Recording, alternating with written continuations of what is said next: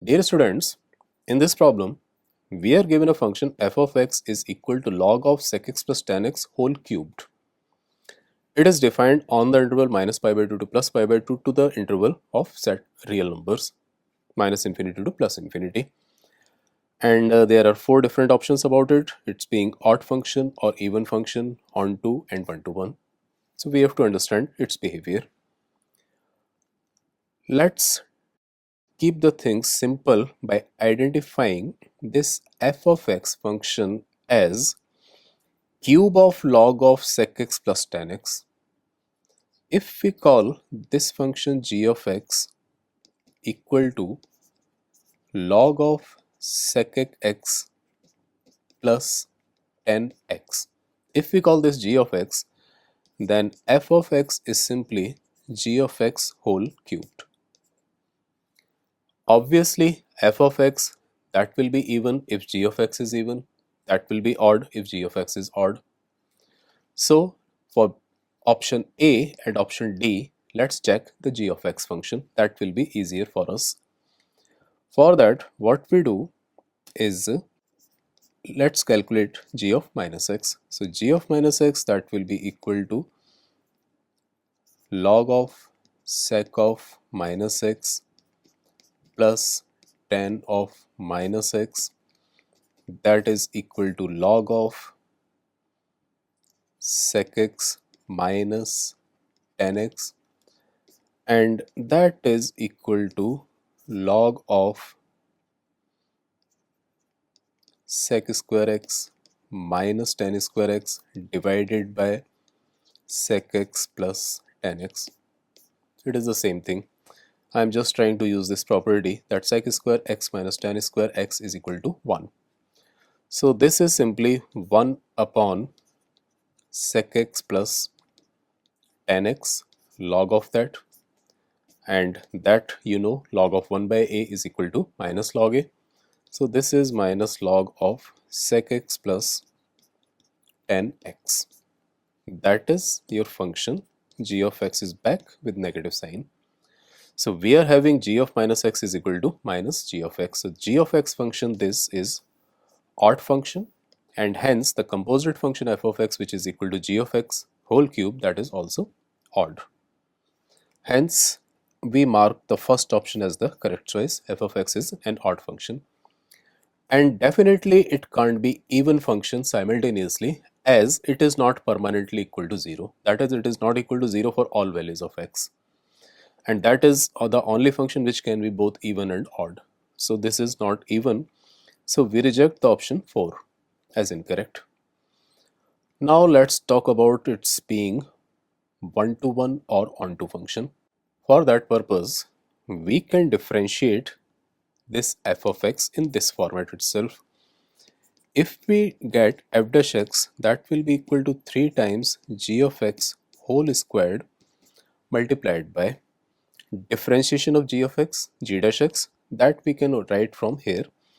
That will be equal to 1 upon sec x plus tan x multiplied by derivative of sec x plus tan x, that is chain rule.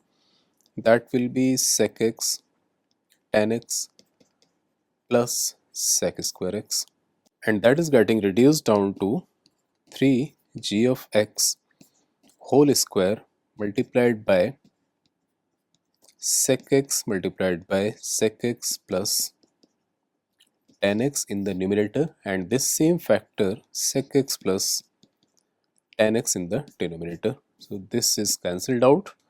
So we are getting f dash x is equal to 3 times g of x whole square multiplied by secant of x. Now the interval under investigation is only this part, minus pi by 2 to plus pi by 2. On this interval, sec x is a positive quantity. G of x whole square is going to be positive. So we can say that f dash x is greater than 0 for all x belonging to domain of the function, that is minus pi by 2 to plus pi by 2. Now that means function is always increasing on its domain, hence it is one-to-one function. That covers up option B for us. Option B, that is also correct. Now finally we are left with finding whether the function is onto or not. What we can do about that, we need to find the range and match that range with the codomain, which in this case is a set of real numbers.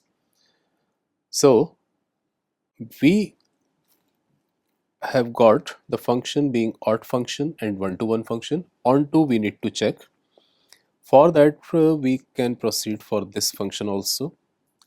G of x is equal to ln of sec x plus tan x. Let's manipulate it a little bit so that we can find the range of this function for the interval minus pi by 2 to plus pi by 2, and this function f of x is simply g of x whole cubed. So we can obtain the range of f of x also from there. So ln sec x plus tan x, let's simplify it a little bit. Writing it in terms of sine and cos gives us 1 by cos x plus sine x by cos x, and let's quickly simplify it. This is nothing but 1 plus sine x divided by cos x. Manipulate it as this is sine square x by 2 plus cos square x by 2 plus 2 sine x by 2 multiplied by cos x by 2 divided by cos square x by 2 minus sine square x by 2. And this is ln of sine x by 2 plus cos x by 2 whole squared divided by cos x by 2 minus sine x by 2 multiplied by cos x by 2 plus sine x by 2.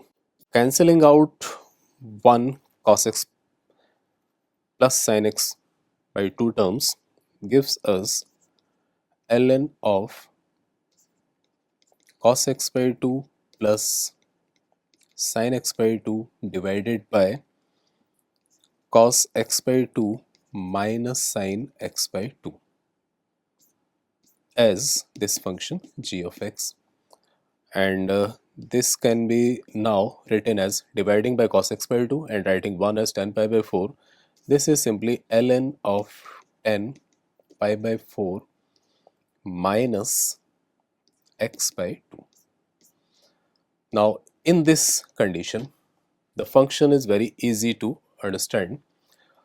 When x changes from minus pi by 2 to plus pi by 2, open bracket, this quantity pi by 4 minus x by 2, when x is equal to pi by 2, that will be equal to 0.